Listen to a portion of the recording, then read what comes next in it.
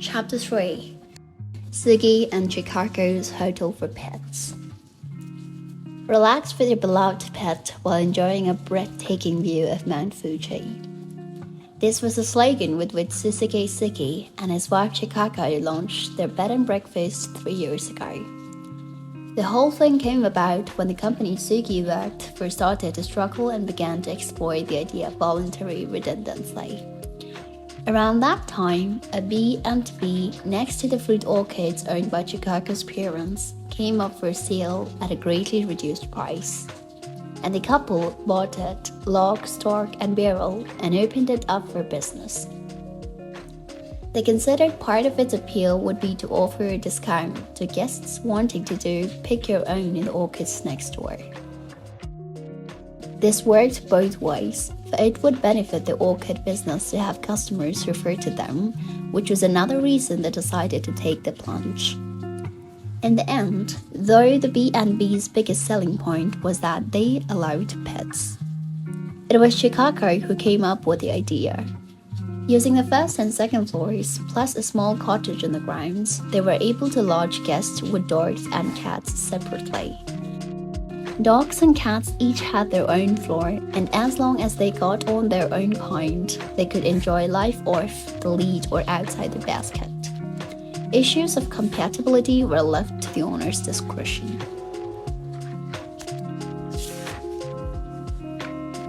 Very few B&Bs in the area allowed both dogs and cats. Most places catered just for dogs. Some of the larger inns accepted both, but most of them demanded that pets remain on a lead or in a basket. Sugi was more of a dog person, so at first he wasn't sure about his wife's idea.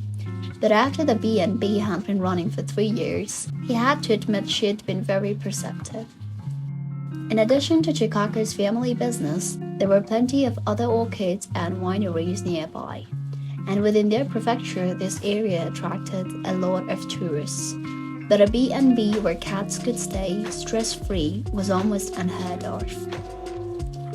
Word of mouth and repeat business led to an increase in cat-owning guests, and these days, guests with cat outnumbered those with dogs.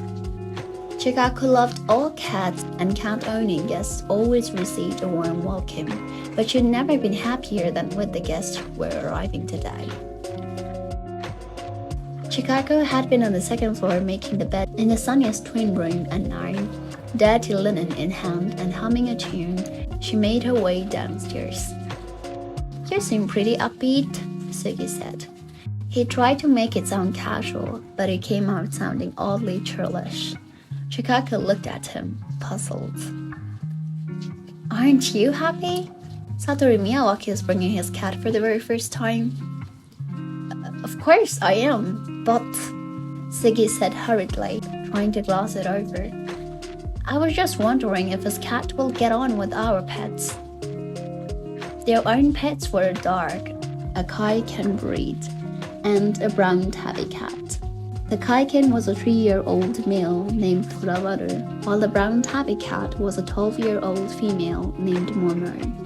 Toramaru, Tora meaning tiger, got his name from the distinctive orangey brindle fur that certain Kaiken dogs have, while Momo, which means peach, was named after the main crop of the orchid. "Don't worry so much, it'll be fine. Our little ones are used to having guests," Sugi persisted, despite Chikako's teasing smile. "Satoru is giving away his cat, you know. I'm sure he can't be too happy about that." The man they were expecting was their mutual high school friend, Satoru Miyawaki. An email had arrived in Sugi's inbox saying that though Satoru loved his cat very much, there was a compelling reason why he couldn't keep him any longer, and he was looking for someone to take care of him. No explanation of what his compelling reason was, but when Sugi noticed in the newspaper that a large corporation had started to lay off employees, he didn't pursue the matter. Satoru's company, as he recalled, was a subsidiary of that corporation. If an organization that big is beginning to lay people off, Sugi pondered, then I guess it's only to be expected that my old company would do the same. He was lucky to have left his local firm when he did. But if we take on his cat, we can give him back at any time, can't we? Chikako said and laughed. I'm thinking of it more as a temporary arrangement. I'll take good care of him while we have him, of course. That goes without saying. A temporary arrangement. Sugi hadn't considered that. Chikako was always so positive and forward-thinking, always looking on the bright side. Calling Sugi prudent made it sound positive. But the fact was he tended to be far less optimistic, the exact opposite of Chikako. There really must be some sound reason for him to give away his cat all of a sudden. But one day, I know Satoru will come back for him. Chikako seemed to believe categorically that Satoru's love for his cat would overcome all obstacles. When it came to cat love, the two of them had always been on the same wavelength. Their linen in hand, Chikako went into the laundry room. Get down, Momo. Their cat seemed to be asleep on top of the washing machine. Satoru says his cat is named Nana. Make sure you get on with him now. Chikako sounded like she was singing as she said this. Oh, she called loudly. Darling, make sure you tell Tora the same thing. Both dog and cat were equally important to them, but in practical terms, there was a clear division of duties. Chikako, the cat person, was in charge of Momo, while Sugi, more on the dog side of the divide, handled all things Toramaru. Whenever there's anything major happening in our family, we need to inform both our dog and cat. This proposal by Chikako had become a firm family rule. Sugi slipped his feet into the sandals he had left at the entrance and went outside. When the weather was fine during the day, they let Toramaru have free run of a special fenced-off space in the front yard. Sugi's father-in-law, who prided himself on his carpentry skills, had built a kennel for Toramaru. Tora! Hearing his name, Tora wagged his curled tail energetically and leapt up to his owner. He could jump so high it looked like he might one day bound over the high fence. So, to be on the safe side, whenever guests arrived, they put him on a lead tied to his kennel. The expert who had given them the dog told them how the breed divided into two types. The slimmer types who were built for chasing deer, and the thicker set types who were good at chasing wild boar. Toramaru was a textbook deer type. For 2 days, Satoru would be the only guest, so Sugi had to let Tora off his lead.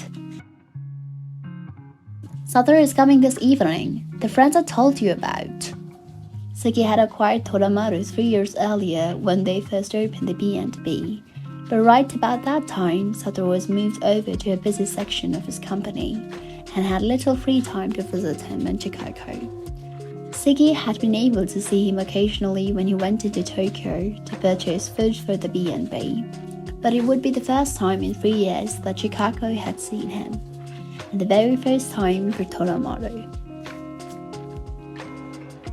Satoru had always seemed very busy with work, so Sugi presumed his job must be secure, but with staffing cutbacks there could be many factors at play. This is the first time you'll meet Satoru and Nana, Tora, and I hope you'll get on with them. Sugi gave Toramaru's head a brisk rub, and the dog gave a throaty growl. Rough stroking like this was one of the real pleasures of having a dog. If he tried the same with Momo, he thought, she'd probably lunge at him, claws bared. You be on your best behavior, okay? Toramaru looked searchingly into Sugi's eyes, then gave another husky growl. That day, there was no doors about to pop out kind of music playing in the silver van. Perhaps, thinking he'd have a break from the car stereo, Satoru had the radio on instead. A little while ago, a refined-sounding older gentleman had been enthusiastically introducing a book on some program or other. Apparently, he was an actor. He talked elegantly, yet occasionally he would use unexpected language, Words like cool and awesome, and even for a mere cat like myself, hearing his gentleman rattle on and on about how awesome a book was really made me smile. All well and good, but no matter how appealing a book might be, I can't read it. As I explained earlier, most animals are multilingual when it comes to listening, but reading is beyond us. Reading and writing seem to belong to a special linguistic system that only humans possess. If Mr. Kodama, the host of the program, likes the book so much, maybe I should read it, Satoru murmured. When he was at home, he spent more time reading books than watching TV. He had even been known to shed the occasional tear as he turned the pages. If he ever caught me watching him during one of these moments, he would look embarrassed and say, "Stop staring!" The book program came to an end, and after a while, a nursery song began to play. Put your head above the clouds, lay down on all the urban mountains around. Sometimes it's nice to hear this kind of gentle singing, though the melody was making me sleepy. Hear the thunder roll alive. Mount Fuji is the highest mountain in all of Japan. At this last line, I sat up, rested my paws on the passenger seat window, and craned my neck to see out. For a while now, there had been a huge triangular mountain plonked down in the distance. Oh, did you make the connection, Nana? Humans always underestimate our language skills. Just because they can read and write, there's no need to act all high and mighty. That's right, it's a song about Mount Fuji. Great timing, don't you think? When that triangular-shaped mountain, with its base spread so wide, loomed closer, Satoru said, "That's Mount Fuji." On TV and in photos, it looked just like a triangle that has flopped down onto the earth. But when you see it in real life, it feels overwhelming, like it's closing it on you. It's the highest mountain in Japan at 3,776 meters, and there's even a mnemonic device for people to remember the elevation. Let's all be like Fuji-san. Fuji-san no yoni mi. 3, na, 7, ni na, 7, row 6. There are many higher mountains around the world, but as a freestanding single mountain, it's unusually high. Satoru rattled on and on, explaining all kinds of facts in great detail. I get it, how great it is.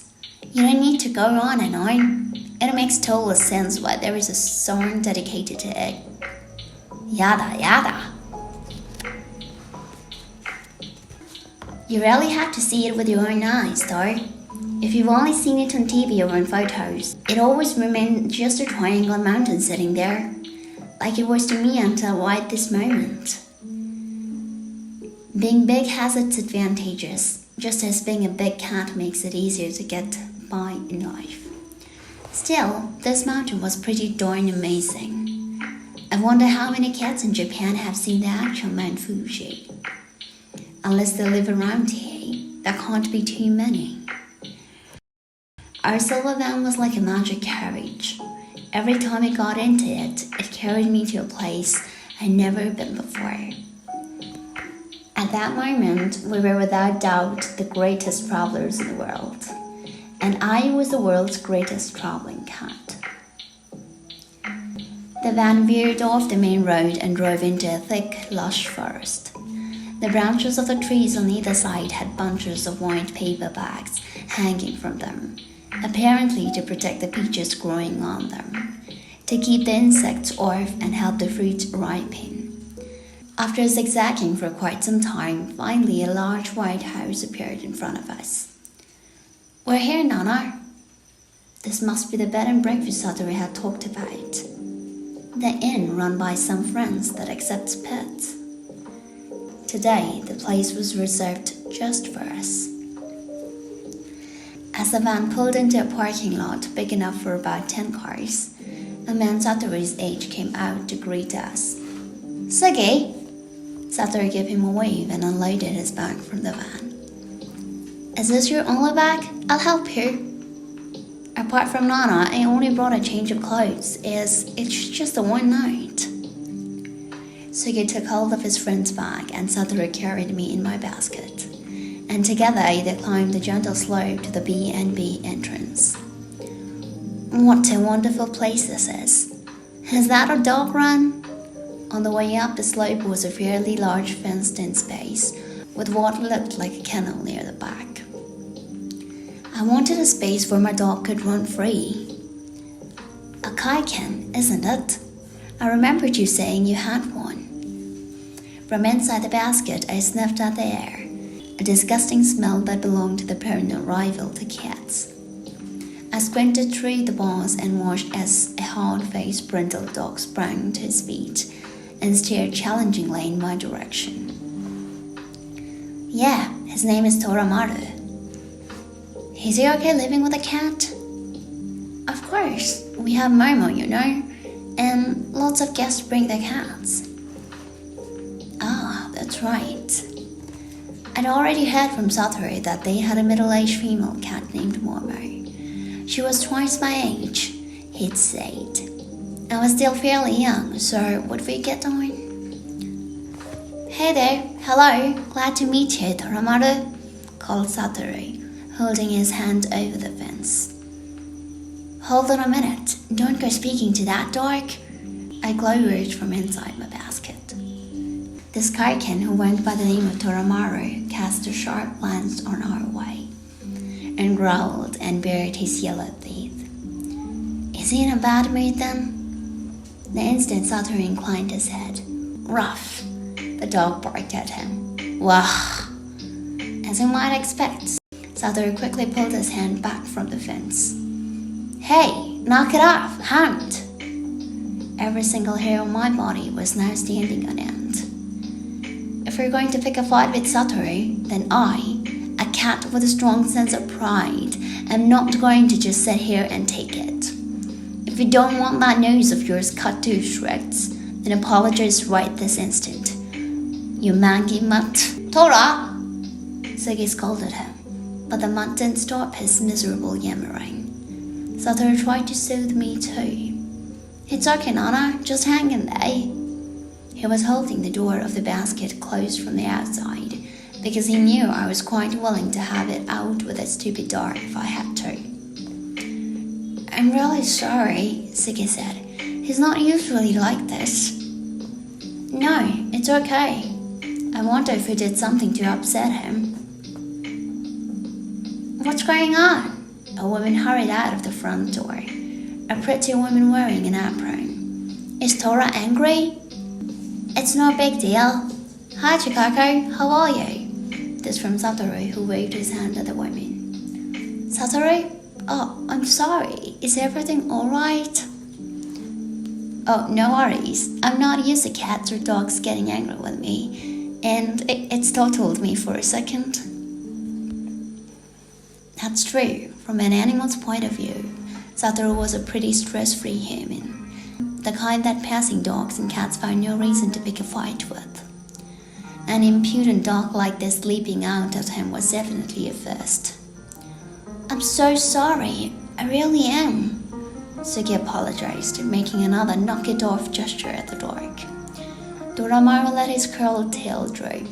Serves you right, you stupid hound. It's fine, really, Satoru said, trying to soothe things over.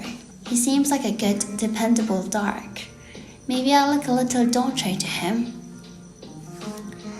Satoru tried again, reaching over the fence to scratch the dog's neck. The mutt quietly allowed him to stroke him, but it was obvious to me he was still sulking. Try flashing those gnashers at Satoru again for even a split second, mate, and you'll have me to deal with you. Through the bars, the dog and I exchanged some seething, hostile looks, but Satoru was then shown inside the house, so there was an unavoidable pause in the action. We were shown a lovely sunny room on the second floor. After you get settled, come down, Chikako-san said. She turned and went nimbly down the stairs. Well, I'll take a look around the room then. I easily unlatched the door of the basket from the inside and slipped silently out, The neat little room had wooden flooring and, from a feline point of view, looked perfectly cozy. "Oh, hello there, Mama." At the sound of Satoru's voice, I spun around to face the doorway. A small, dignified brown female tabby was sitting quietly in the corner. Double my age, but still quite limbo from the look of things. "Nice to make your acquaintance," Mama greeted me, in a dignified voice quite in keeping with a dignified tabby. "I hear you and Toramaru have already squabbled." I let out a sniff. That dog has no manners, baring his teeth at humans who try to say hello to him. He couldn't have been well brought up. I was thoroughly sarcastic in my comments, and Murmur smiled rarely. "Please forgive him.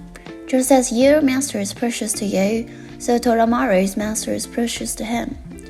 Your master is precious to you, so you bark at your master's front? That does not compute at all." As if sensing my displeasure, Murmur gave another wry smile. "I'm really sorry. I believe our master is not quite as strong as character as your master." I still didn't get it. I refrained from objecting though, because I didn't want to be disrespectful to an older lady. "He seems to be getting on well with Murmur." Satoru had come down to the lobby come lounge, and with a smile he was pointing upstairs. "They're in the bedroom, getting to know each other better. Now, if only Toramaru could be friendlier. Maybe he's angry that I brought a cat along." He should be used to guests bringing cats by now." Chikako tilted her head, puzzled, and offered him some herbal tea. "Darling, you did explain things to Toramaru, didn't you?" Chikako scolded Sugi jokingly. "Of course I did." Sugi pouted, his tone a little snappy. "You be on your best behavior, okay?" Sugi had said, as Toramaru gazed into his eyes. "So why did he then bark at Satoru?" Maybe Toramaru had detected some discomfort in Sugi. "Wow, this is delicious," Satoru said as he sipped his tea and Chikako beamed. "I'm so happy. Our guests seem to like it too. The herbs are from our garden." Chikako looked over at Sugi sternly. "The first time I made herbal tea for him, he said it was like drinking toothpaste." One silly slip of the tongue back when they had first got married, and Chikako still bore a grudge. Thinking about this, Sugi had often wished he could follow Satoru's lead and be shrewder in dealing with things. But in truth, Sugi found openly praising anyone a bit embarrassing. "It's slightly sweet. What do you put in it?" Satoru asked. "Stevia." "Ah, that makes sense." This is why I enjoy talking to Satoru, because we can talk about things like this. "Your business seems to be doing well," Satoru said, clearing his throat. "It is. Targeting guests with cats was a smart move," Sugi said. "Oh, my idea," Chikako returned. "Indeed, entirely the wife's doing," Sugi added. "But what about you? Are you doing okay? Giving away your cat all of a sudden?" Sugi had found it hard to ask this question in an email, so he had planned to do it when they were face to face. "Yeah, well, you know." Satoru gave a troubled smile, and when he did, he suddenly looked very old. "I heard the business group your company belongs to has started to lay people off." "It's not really that. There are other things involved." Chikako gave Sugi a stealthy wink to signal him to stop. "Okay," he signaled back. "I was so relieved when you said you'd take Nana from me. I've asked quite a few people now and taken Nana to see them. But somehow it just hasn't worked out." "There's one thing I'd like to say up front, Satoru," Chikako said, sitting up straight. "We're thinking of it as temporary. We'll take good care of Nana, of course, but if things work out for you so you can take him again, we'll have no problem if you come back for him anytime." Satoru looked as though this had really stuck a chord, and for a moment he pursed his lips and looked at his feet. That face, lips pursed, trying his best to keep his feelings in check, was one both Chikako and Sugi had seen before. Suddenly Satoru looked up and smiled. "Thank you. I'm sorry to be so selfish, but it really makes me happy to hear that." Satoru had become a mutual friend, but Sugi had been the first one to form a bond with him. In the spring of their first year in high school, the three of them were all in the same class. In their new form room, students from their previous junior high tended to group together, weighing up the situation, wondering who to make friends with. Satoru wasn't hanging out with anyone. There didn't seem to be anyone else from the school he had just come from. They learned later that he'd arrived from another prefecture during the spring holidays and had taken the transfer exam, which was why he didn't know so. It was during one of the periodic exams that they became friends. Sugi had crammed all night for the exam and his head was stuffed with mathematical equations and English vocabulary. He was on his bike heading to school, pedaling as gently as he could, in case some unexpected jolt or vibration drove all the facts he'd memorized from his brain. Along the road to school, he spied a face he knew. "That looks like Satoru from my class," he thought, as he drew closer. Satoru had got off his bike and was standing beside a wide ditch. The ditch was the width of a stream, an agricultural irrigation channel lined with concrete on both sides, about as deep as a child was tall. Satoru was staring down at it, a serious look on his face. Sugi wondered what he was up to, but didn't have much time to spare before school started. Their eyes had met, so he thought he'd just give him a nod and pass on by. But he began to feel that would make things awkward later, so after he'd gone on a little bit, he stopped. "What are you doing?" Sugi asked. Satoru looked over at him, as if surprised. He must have thought Sugi would just cycle by. I found something a little troubling, that's all." Satoru pointed down at the ditch where Sugi could now see a small dog shivering. The dog had managed to scramble on top of a tiny sandbar where gravel and dirt had piled up, and his thick white and brown fur was soaked and plastered to him. "It's a Shih Tzu." Sugi knew the breed because Chikako's family had one. They ran a fruit orchard, loved animals, and ever since he was a young child, that had several dogs and cats, which was something that drew customers in. And Sugi had always envied their attitude to animals. Sugi's family lived in company housing. His father was a middle management company employee, and because of his mother's allergies, the only pets she would allow were hairless ones such as goldfish or turtles. His dream had always been to have a dog, but this was never going to be happen in his own house, so being with Chikako's family at least came close. He must have fallen in. "I guess so," Satoru said, nodding. There were no steps down to the ditch that they could see. As not the type of dog you'd expect to be a stray, so I reckon he must have wandered away from his home and got lost.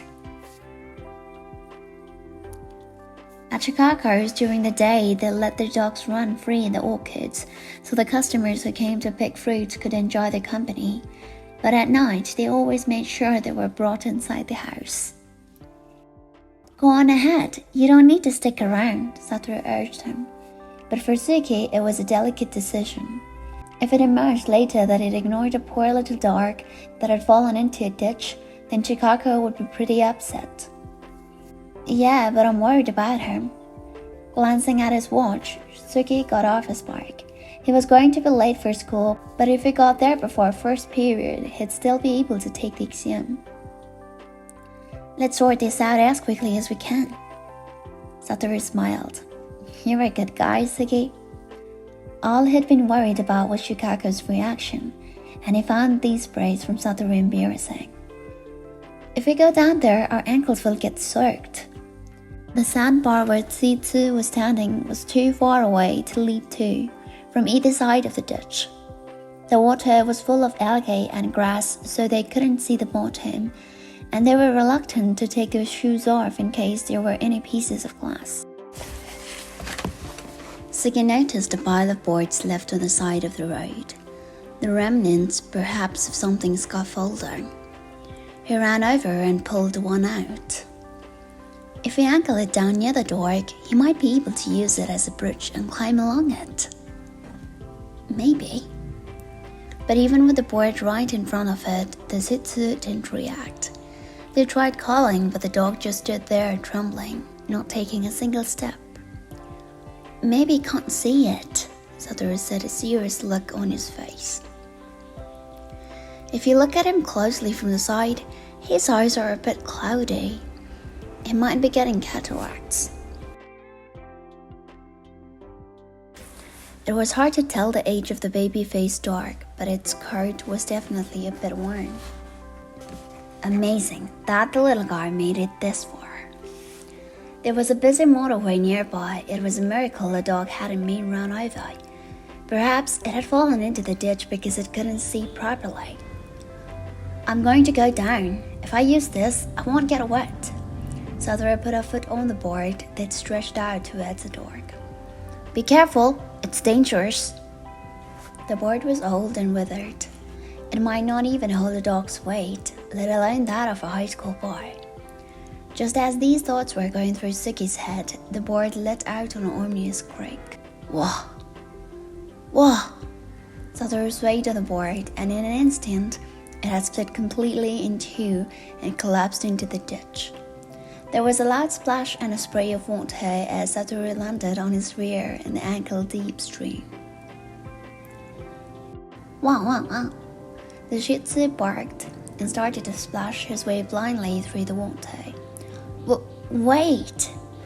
Satoru scrambled to his feet and tried to follow him, but his splashing only scared the Shih Tzu even more, and he didn't stop. You wouldn't know he was old and half blind the way the dog tore through the water. I ran ahead and climbed down. We'll catch him. Don't let him get away. Sugi hurried down the road, past the feeling Shih Tzu, and took a flying leap into the ditch. There was an explosion of water. The Shih Tzu leapt into the air and screeched to a halt. Then he spun around and started to race back the way he had come. He's coming back your way. Grab him! Satoru leapt towards the dog like a koala. The Shih Tzu made a tight turn, trying to slip past, but Satoru managed to snag a hind leg. Panicked, the dog chomped down on his hand. Ow! Hang on! Don't let go! Sugi whipped off his blazer, threw it over the Shih Tzu, and grabbed him. Swaddled, the dog finally gave up his struggle. You okay? Sugi asked. Satoru smiled wryly. This could be pretty serious, he said, showing his hand. Spots of blood were bubbling up. For such a little creature, the dog certainly knew how to bite. You'd better get to the hospital. No chance I'll make the exam now, Sugi thought. They took the dog to a police station beside the motorway, but when they went to the hospital, there was a problem. Satoru didn't have an insurance card. Being high school students, they didn't have enough cash either, so they ended up handing over the school ID cards and promising to come back and pay. And finally, Satoru was treated. By the time they got to school, second period was just finishing. They went to the faculty office and explained to their form teacher what had happened. The whole thing sounded like a joke, but Satoru's resemblance to a drowned rat and his bandaged hand must have convinced her, for the teacher expected the version of events. What happened to you guys? Asked Chikako, playing the concerned older sister as the boys returned to the classroom. When she heard about the rescued Shih Tzu, she wanted to see him, so they stopped at the police station on their way home from school. Satoru was concerned about the dog too, so the three of them went together. The old Shih Tzu with his cloudy eyes was on a lead in the corner of the lobby, bowls of dry dog biscuits and water next to it. No one had reported a missing dog. He really is quite old. I don't think he can see well at all. Chikako knelt down in front of the dog and waved her hand in front of his eyes. The Shih Tzu was slow to react. I was wondering if we could ask you to take him, said a middle-aged police officer. Looking after lost dogs isn't really a policeman's job, so we can't keep him here for very long. If you can't keep him here, then what will happen to him? Satoru asked. The officer tilted his head. If the owner doesn't appear in the next few days, he'll go to the pound. How could you? Chikako snapped. You know, they'll put him down if the owner doesn't turn up in time. Satoru, pale and silent, nudged Sugi in the ribs. How about keeping it at your place? He suggested. Instead of arguing with the officer, Satoru seemed to be looking for a practical solution. No, can't do. My mom is allergic to any animal with fur. What about yours, Satoru? We're in company housing and they don't allow pets. Chikako, who was still carping at the police officer, turned around. It's okay, she said. We'll keep him at ours. Are you sure you can make that decision right now? Should you ask your parents or something? Satoru seemed alarmed by her snap decision, but Chikako just glared at him in irritation. Well, we can't just leave him here. Chikako called home from the payphone in the lobby. Almost an hour later, her father pulled up at the station in a small truck.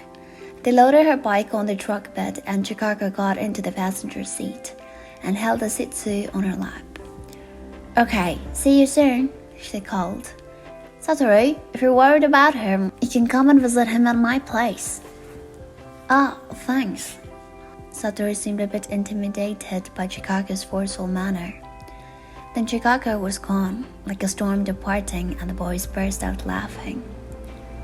That Sakita-san is really something. She sure is. She's always had strong views when it comes to animals, ever since she was little.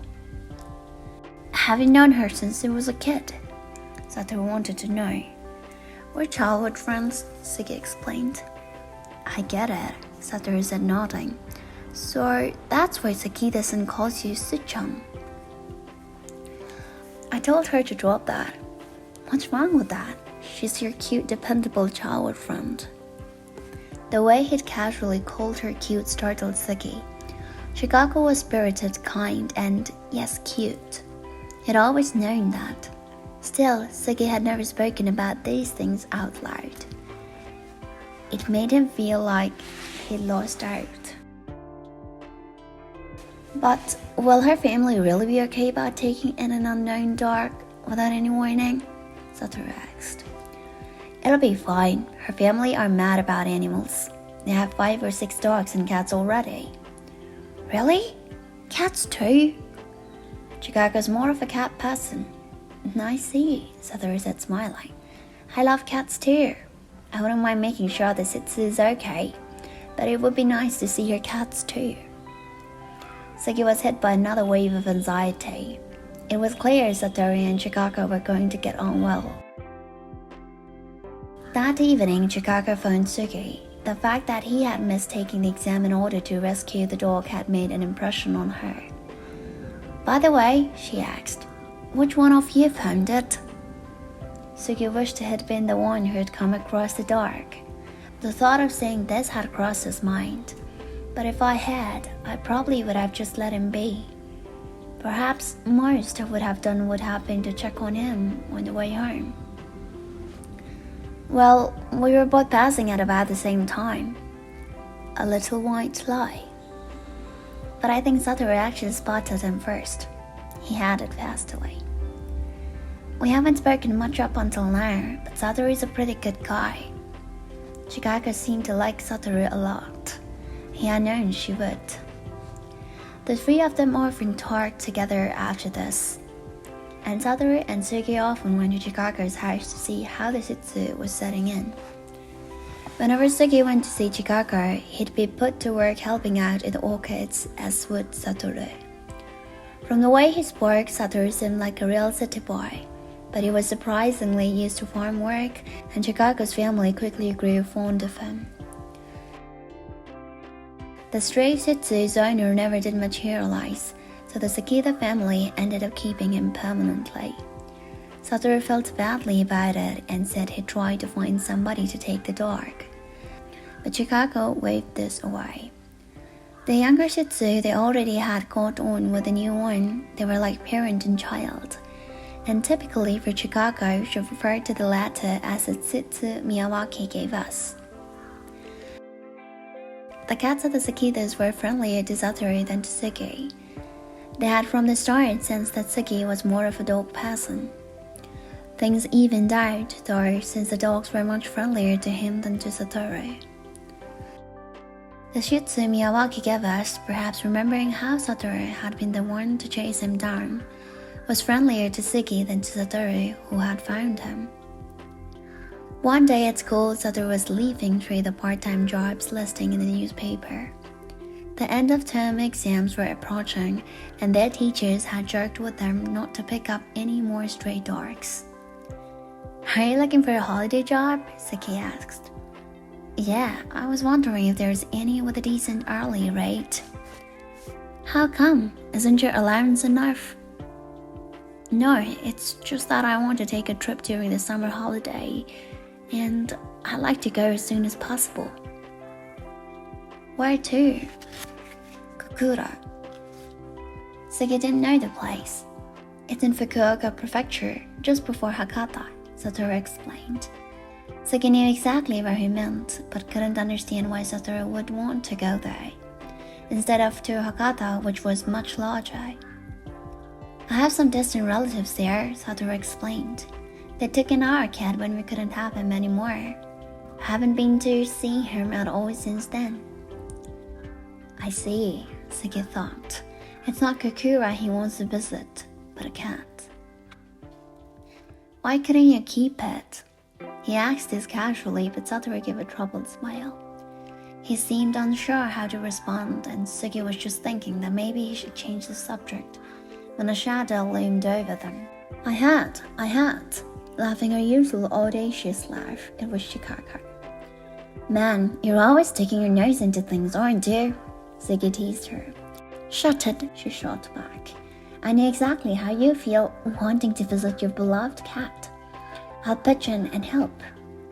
"Do you know where I can get work?" Satoru asked. "And where you can begin this very weekend," Chikako answered. "Really? If there's a job that good, then tell me about it too." Sugi had been starting to think about finding a summer job himself. Having a part-time job during term time is prohibited, but there is an exception. This shall not apply to helping out with a family business. And if it's helping with a classmate's family business, if you apply, you can get permission to work just at the weekends. They consider it part of social studies. In short, she was telling Satoru he could work in her family's orchid. "The pay isn't much, but I'll ask them to pay you weekly, so if you start work now, you should be able to go on your trip at the beginning of August." Satoru stood up, so excited he nearly kicked over his chair. The crop was ready to harvest and a lot of customers were coming to pick fruit in their orchard. Sugi joined them to work there on Sundays, except during exam time. The hourly wages were even less than working in a small supermarket, but by the time the school closing ceremony was over, Satoru had been able to put away about 20,000 yen. "What are you going to use your money for, Su-chan?" Chikako asked. "I haven't thought about it." Which wasn't exactly true. "Hey, do you want to go and see a film?" he said, trying to make it sound as if he'd just come up with the idea. "Your treat," as he expected, she leapt at the idea. "Okay, I mean, you did get me the job and all." "Great, maybe I'll sponge a meal or a few as well." Only just managing not to physically jump for joy, smiling, Sugi said, Okay. "Great, you weren't joking, were you? Don't you dare change your mind later on." Chikako totally thrilled that Sugi would be footing the bill. Certainly wasn't viewing this as a date, but for now, that was okay. On the first day of the last week of July, Satoru failed to show up for work. It wasn't like him. He was always so conscientious, and he hadn't even been in touch to explain his absence. Sugi wondered what was up. Satoru turned up an hour late. "I'm very sorry I'm late," he said, his face pale and stiff. "If you don't feel well, you should take some time off," Chikako's father said, but Satoru insisted he was fine. At lunchtime, Chikako's parents told the three of them to come back to the house. Satoru was looking paler than ever. "What's wrong? Had something happened?" they asked. But again, he obstinately insisted it was nothing and wouldn't say any more. Chikako silently watching spoke up. "Has something happened to your old cat?" Satoru's lips tightened. He dropped his head and screwed up his eyes. Finally, he allowed the tears to flow. "He was hit by a car," he muttered, his voice broken. And then he couldn't say anything more. It seemed he'd just got the news that morning. "You were really fond of that cat, weren't you?" Chikako said, putting her arm around his shoulders, to which Satoru murmured back, "He was family." Why had he been forced to give him away? When Sugi had asked him earlier, he hadn't responded. If the cat had been regarded as part of the family, it was even more puzzling. If he was this grief-stricken of the years, he shouldn't have given the cat away in the first place, thought Sugi somewhat uncharitably. Perhaps he was just a bit jealous of the other two and their shared love for cats. "He was a cat we had back when my parents were still alive," said Satoru, which put Sugi in his place. God was punishing him, he figured, for having entertained a nasty thought about his poor friend. "And you hoped to be in the time to see him." Chikako's kind words were so full of warmth. "Why am I such a low, mean person when all I want is to be the kind of man Chikako wants to be ashamed of?" thought Sugi. He hadn't realized that Satoru's parents were dead, but even if I had known, I would never have been so sympathetic as Chikako. "What are you going to do about the job? Will you carry on?" asked Sugi. Beside him, Chikako gave him a "really? Nah" type of look. "There's no point in going to Gokura now," Satoru said and gave a faint smile. Chikako interrupted him. "You really should go. Save up your money and go over there to say goodbye." Satoru blinked in surprise. "You have to mourn your cat properly, or you won't get over it. Don't just sit here fretting about being too late. Go there and mourn him, telling him you're sorry you didn't make it in time, that you wanted to see him."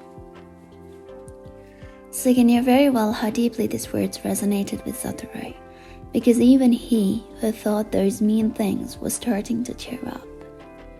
Satoru smiled and decided to get back to work. Towards the end of the summer holidays, Satoru set off on his trip. When he came back again, he looked like he'd put the past to rest. He'd brought back some souvenirs for Sugi and Chikako. For Sugi, some Hakata ramen he'd asked for, and for Chikako, for some reason, he brought back some blotting paper and a hand mirror he'd bought in Kyoto. "Wow, this paper is Yujiya." Apparently, it was some famous cosmetics brand, and Chikako was ecstatic. A friend of hers called her over and gave her a hurried "thank you" and rushed off. "So you stopped in Kyoto too?" Sugi asked, and Satoru nodded. "I was on an elementary school trip to Kyoto when my parents were killed in a car accident. My mother had asked me to buy Yujiya floating paper as a present for her. I looked all over but never managed to find it. A friend later managed to find some and bought it for me, but I never bought it myself." "What about the hand mirror?" "Oh, I just thought that I'd like to buy that for Chikako." It hurt to hear all this. Chikako should be the one to hear this, but Sugi didn't want her to. He began to wish it had been somebody else who'd run into Satoru the day they rescued the Shih Tzu. He didn't tell Chikako what Satoru had told him about Kyoto. He suppressed his guilty conscience by convincing himself that If Satoru really wanted her to know, he'd tell her himself. Now he was constantly worried that he was losing his advantage of being Chikako's childhood friend. She was always calling Satoru by his last name, Miyawaki, while she always called Sugi Su-chan. Some time passed before he saw any significance in this. If Chikako had known Satoru's feelings, she would no doubt have been drawn to him. Unlike himself, shamefully struggling to be the kind of man Chikako could be proud of, Satoru was already there. There was that terrible experience he'd been through as a child. In spite of losing his parents so young, having his precious cat taken away from him, and now not being in time to see it again, Satoru blamed no one for his troubles, didn't see any of it as unfair. If it were him, Sugi would give himself over to be tragedy to make it work in his favor. He would make all sorts of lazy excuses, perhaps even exploit it to attract Chikako's affections. How could Satoru be so relaxed and natural? The more Sugi got to know him, the more he felt driven into a corner. Satoru was a rival he would never be able to beat. He started to feel the lesser man despite his privileged upbringing. And though he had more to be thankful for than Satoru, he had to feel dissatisfied with life. He started arguing with his parents over nothing, saying malicious things, sometimes reducing his mother to tears. I have everything I need in life, so why am I such a mean, small person? Why can't I be kinder than Satoru, who has so much less? Chikako too had been brought up like Sugi, never lacking a thing, yet she never felt like this when she was with Satoru. She seemed to naturally enjoy being with him, and this made Sugi feel even more cornered. If things went on like this, he knew he was going to lose Chikako, and he had loved her for so much longer. I wonder if Satoru has a special girl he likes. These words spilled out from Chikako one day when Satoru wasn't with them. It was the final blow. Sugi felt crushed. Later, Sugi found himself saying, I've always loved Chikako, ever since we were kids. This confession was directed not at Chikako, but at Satoru. Sugi had expected that when Satoru heard this, he would put a lid on any feelings he himself might have for Chikako. He had deliberately confessed his feelings to Satoru while pretending to seek his advice. Satoru's eyes opened wide in surprise, and after a moment's silence, he smiled. I get it. You do get it, right? You, of all people, should definitely get it. Thus, Sugi neatly stopped Satoru from declaring his feelings to Chikako, and in the end, Satoru stepped aside without ever saying a word about them. In the spring of their last year in high school, Satoru changed schools. His aunt, who was his guardian, often moved around with work. Sugi was truly sad that his friend was leaving, but all the same felt a rush of relief. At the time, he felt, now things will be okay. How can you be such a good person when you have been so unlucky? Sugi was grumbling away before he realized what he was doing. It was the wine they'd opened at dinner. He had thought it was a good opportunity to treat Satoru to some local wine, so he'd bought some Ejiron Red. This variety had a sweet fragrance and taste, and if you didn't watch yourself, it was easy to overdo it. Chikako was out of the room having a bath. Her absence another reason Sugi had let down his guard. Satoru smiled readily. I don't know if I'm a good person or not, but either way, I wasn't unlucky. What are you talking about? Are you denying that life's treated you unfairly and trying to make me feel bad by not admitting it? I don't know what you mean. The wine must have gone to your head. Try sobering up a bit before Chikako finishes her bath. Satoru pulled the wine bottle out of Sugi's reach. We cats get all limp and squishy when we have catnip for humans. Satoru would occasionally drink alcohol at home. He'd down a few while watching one of those games with balls that humans like, baseball or soccer, and start feeling happy and soon tumble sideways onto the floor. If I inadvertently passed near him, he'd grab me and hug me to his face, saying, "Mama-chan," in a syrupy voice, and I couldn't stand that. So I tried to keep my distance, plus he stank of alcohol. There had been times when he drank away from the house and came back smelling of liquor, but he was always in a good mood. So I used to be convinced that when humans drank it always made them cheerful, like catnip for cats. I'd never encountered someone like Sugi who got all gloomy and moody when he drank. When Chikako went to have a bath, he suddenly started pouting at Satoru, almost like he was cowering before him. If drinking isn't fun, then why do you do it? I was hanging off the top of the TV in the sitting room, eyeing the two men as they talked, until Satoru finally removed the bottle of wine from the table. By the way, I became really fond of the TV there. Ours at home was thin and flat like a board, but the one there was more of a box, very enticing for a cat. Plus, it was faintly warm and made my tummy feel toasty. Fantastic in the winter, I imagined. It's really old, Momo told me. In the past, all TVs were this shape, apparently. Going from this perfect design to an impractical flat shape is, if you ask me, a step backwards technology-wise. Mama told me that you could tell how old a cat was by whether or not they knew about these boxy TVs. In that house, Chikako gave priority to making things comfortable for cats, and she dismissed the idea of getting one of the flat TVs. A splendid decision, in my opinion. Why the glum look? If you're bored of it, then I'll have it back, Momo said to me. She was stretching out her long limbs on a nearby sofa. She'd allowed me, the guest, to take her special seat on top of the TV. It's not that I'm bored. It's just, I cast a glance at the worn-down Sugi. I thought they were friends, but it doesn't look as though Sugi likes Satoru very much, Momo suggested. That can't be true, I said. Don't think he wants him here. And yet he went out specially yesterday to buy that wine. Said he'd like Satoru to try it. Why flare up at Satoru like that then?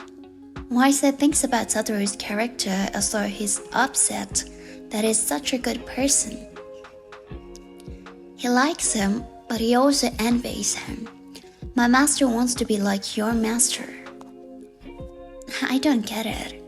Satoru is Satoru, and Sugi is Sugi. Exactly. But the master seems to feel that if he could be like Satoru, then Chikako would love him more.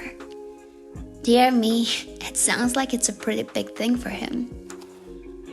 Chikako used to really like your master, is what I gather, Momo clarified. This was going way back, way before Momo was born, when these humans were young. She said she had it from the cat who lived with them previously. What did Satoru think? Did he like Chikako too? If a woman who held on to an old boxy TV for the sake of a cat was Satoru's wife, now that might be really wonderful, is what I was thinking. Well, that's not something we know. It's just that when it comes to Chikako, the master seems to have a guilty conscience regarding Satoru, said Momo. Sounds like an awkward business to me.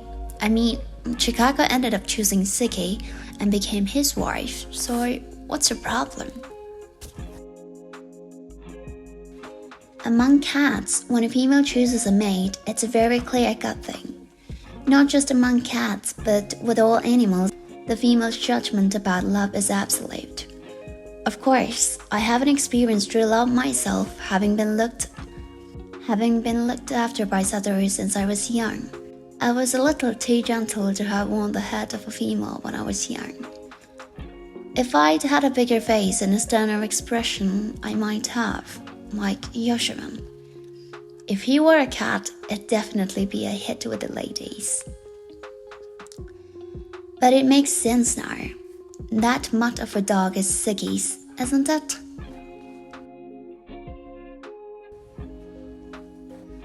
Dogs the world over just aren't very level-headed about things. Their master says jump and they ask, how high? So perhaps Sugi's dog is trying to take the side of his gloomy master. With cats though, the master can throw a tantrum, but cats don't necessarily jump. Cats always follow their own path. Toramaru was still young and lacked subtlety. In the evening, they let the dog inside the house, but led him immediately to another room. He didn't come out as barking like he did when he first met, but since he had been so terribly rude to Satoru, he and I were on high alert. Chikako was out of the bath. Are you going to bed now? Chikako asked, as though pacifying a child, to which Sugi replied, Nope, shaking his head like a spoiled brat. If you and Satoru are staying up, then I will too. Chikako and Satoru looked at each other with a smile. Their faces were glowing. Is a drunk really that endearing?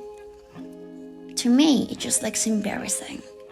Cricky. I really hope I don't look like that when I sniff a bit of catnip. After a while, Satoru said, I'm feeling sleepy now, so I'm off to bed. Come on. Satoru helped Sugi to his feet, but perhaps he was heavier than he expected, or his body more limp because he began to stagger. Chikako got up quickly to help prop Sugi up. In this way, the two of them got Sugi to bed. Not long after Satoru moved away with his aunt, Sugi started going out with Chikako. They were both aiming to get into the same college. They talked it over and decided on a university in Tokyo. Chikako was planning to help out with the orchid business in the future, so if she didn't go to college outside the prefecture, she would end up spending her whole life within the confines of the district she grew up in. It was an entirely natural, innocent desire for a young girl to want to spend some part of her life in the big city. They both passed the university entrance exams, and Chikako was to live with relatives in Tokyo, while Sugi would stay in the dorm. It was a double room, and he was a bit concerned about whether he'd get on with his roommate. But the dorm had 2 points in its favor: the low rent and the convenient location. He and his roommate arranged to meet up before the college entrance ceremony, and Sugi set off, map in hand, down the unfamiliar streets to locate his dorm. The winding back streets confused him, and he wandered round in circles for a while. But he finally arrived, not too much later than the scheduled time. He was filling out forms at the reception desk when it happened. Sugi? He didn't know anyone yet and turned around uncertainly. When he saw who it was, he was stunned. Satoru? He said, before his brain froze. It was great to meet an old friend like this in an unfamiliar place, but at the same time the question of why Satoru was here, paired with his still guilty conscience, began to play on his mind. I heard from Chikako that she was applying to this college, and I thought maybe you were too. I see, I was right. You heard from her? You mean you guys met after you moved away? No, not at all. She wrote to me. This was back when high school students didn't all have mobile phones. I gave you guys my new address, remember? And Chikako wrote me a letter. I never got a letter from you though, Satoru said teasingly. Hey, but I did call you a few times. Well, I guess when friends grow up, they lose touch. It's the same with my pals from junior high, though we talk a lot on the phone. When I got that letter from Chikako, I thought, wow, girls really are conscientious. And in one of the letters, Satoru had apparently read about which college Chikako was applying to. Chikako never told me you were applying here, Satoru. That makes sense, since I never told her. I reckoned if one of us didn't get in, it would feel kind of awkward. Now that he understood, Sugi realized there was nothing to it. But still, he had his suspicions, and that was the problem. Since we're both here, why don't we ask them if we can share a room? Satoru asked. My roommate hasn't appeared yet, and if we arrange it now, it shouldn't be a problem. Satoru had been in the dorm for a few weeks already, and his kind nature meant he had already made a network of acquaintances, so they managed to swap roommates. Chikako was delighted that Satoru was attending the same college, but sulked about not being told. Why didn't you let me know? She asked. She had been just about to write a letter to him to let him know that she and Sugi had both gone into the same college. The first semester flew by, and before they knew it, the second semester had started. Sugi, I got a gift from one of the second years. Satoru showed him some cans of beer and a market brand that was seldom discounted. 20 was the legal drinking age, but for college students that was just official policy, and in the dorm drinks were circulated even between underage students. They made sure though that things didn't get out of hand, and were careful to avoid the eagle-eyed dorm mother whenever there was alcohol around. Or then I'll cater some snacks to go with it. Dorm students often got food parcels from home, and if the students shared whatever they received, they could all get some pretty nice things. Sugi had just received some juicy grapes, and trading up, he managed to talk a student hailing from Hokkaido into letting him have some salmon fillets and sweets that were a speciality of the student's hometown. Satoru would get merry when he drank, but he wasn't much of a drinker.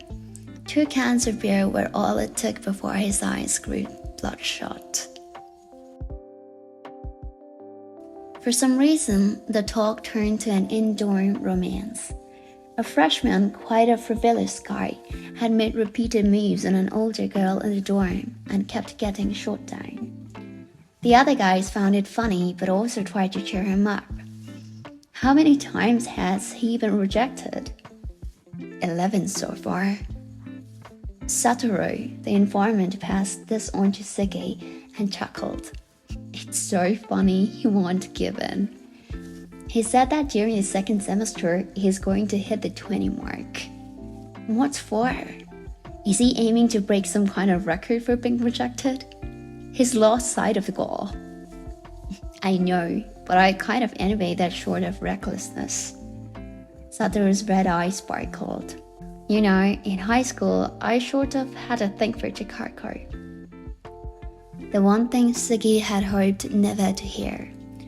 But since you were there, I reckoned it was hopeless. Still, even if I had been rejected, I wish I'd at least told her. If he had, then history would have been different. Unable to keep it in, his voice cracked. Please, don't ever tell Chikako. I wish I'd at least told her. History might still be different, even now. Please. Miserably bowing his head, Sugi thought, how shameful can I get? I know very well how miserable I look, yet I still go ahead and beg him. Satoru seemed touched by his words, and his eyes widened a little, just as they had when Sugi had asked for advice and shut him down.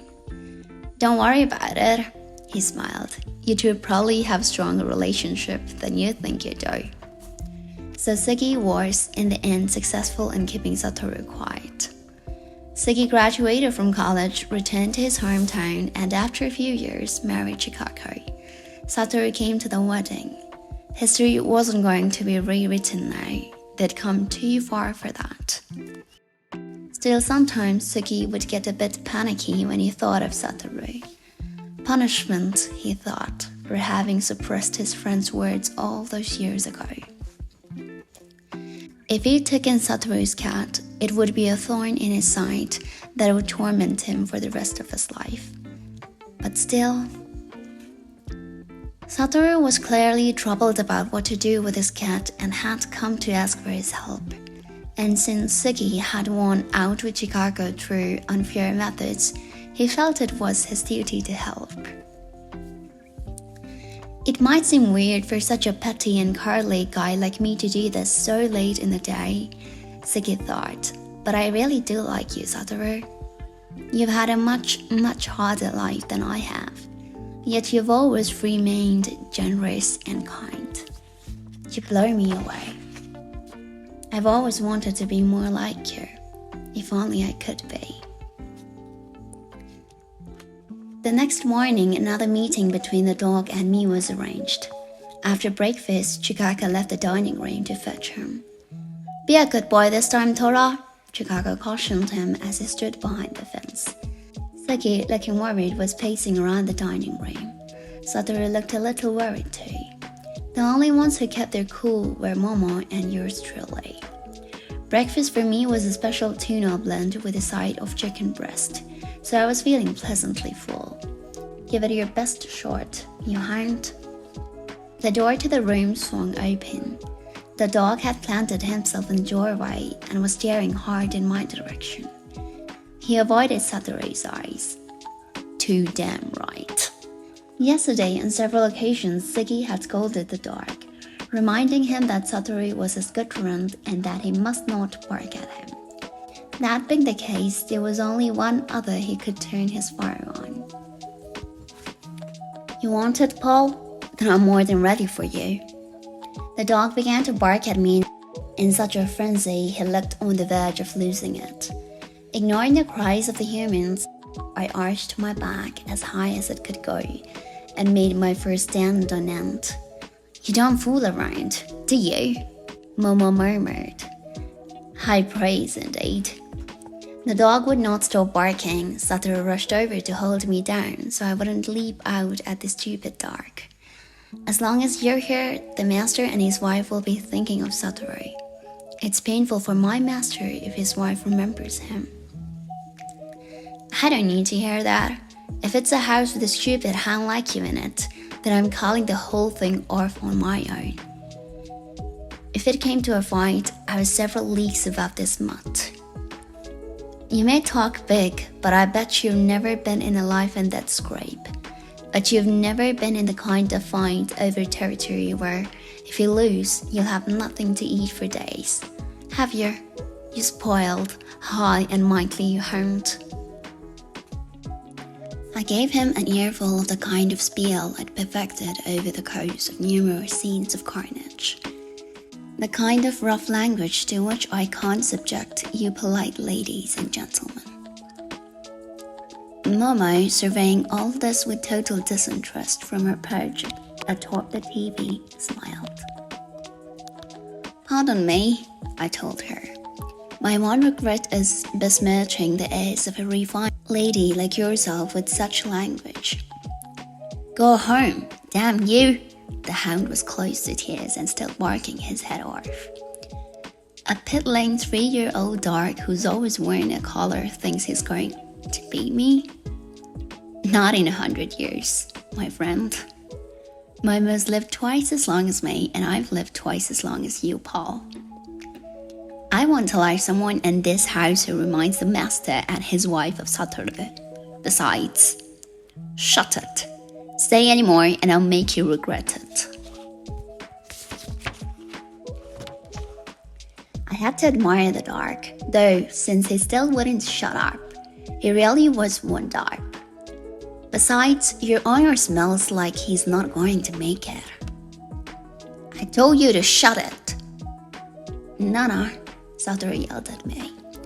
I had escaped from his grasp and swiped the door with my claws. Rush!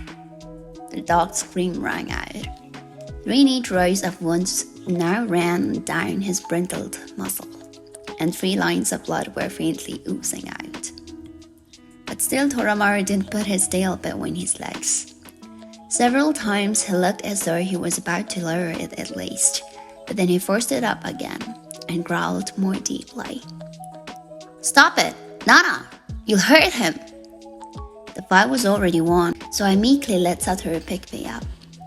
I'm so sorry, Satoru apologized over and over to Toramaru, and Sugi and Chikako. It's okay, I'm just glad Nana didn't get bitten. Chikako, turning pale, let out a sigh. Sugi gave Toramaru a good rap on the head with his fist. If he had really bitten Nana, he would have died, you know.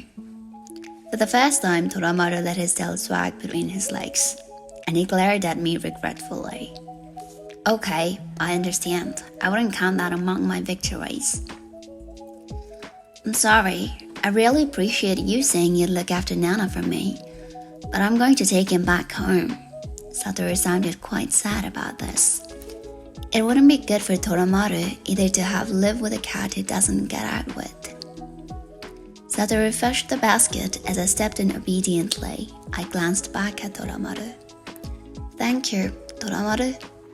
Toramaru looked a little dubious. I came here on a trip with Satoru, not to be left behind here in this house. I was trying to come up with a plan so we could go home together, and thanks to you, it has all worked out smoothly.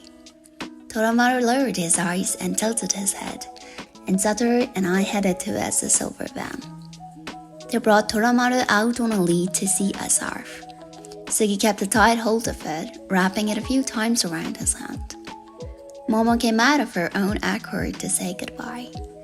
It's been a long time since I've seen a fight as definitive as that, she said, paying me a compliment. I'm so sorry it's turned out this way. I'm just glad Nana didn't get hurt. We really did hope to look after him. Sugi and Chikako apologized, one after the other, but that only made Satoru uncomfortable, which was understandable, seeing as how the only one who actually hurt anyone was, in the end, Moe. As usual, before Satoru got the van on the move, the old friends seemed to find it painful to say goodbye. Even after Satoru was behind the wheel, Chikako kept saying she'd forgotten to give him this or that, and handed him one present after another. Her homegrown herbs, some fruit, and more fruit. We really had better be going. Oh, by the way, Satoru called out of the open window. When I was in high school, I really liked you, Chikako. Did you know that? The way he said it was pretty blaze. Sugi's face stiffened, and Chikako said, What? Then she blinked like a pigeon that had just been shot by a pea shooter and gave a little laugh. That was so long ago. Why bring it up now? Yeah, I guess you're right. The two of them chuckled. Sugi stood there, astonished, then gave a late to the party laugh. He might have been laughing, but he looked almost ready to cry. The van had started moving down the drive when there was a shout. Toramaru! Toramaru wrenched hard, struggling to break free of the lead.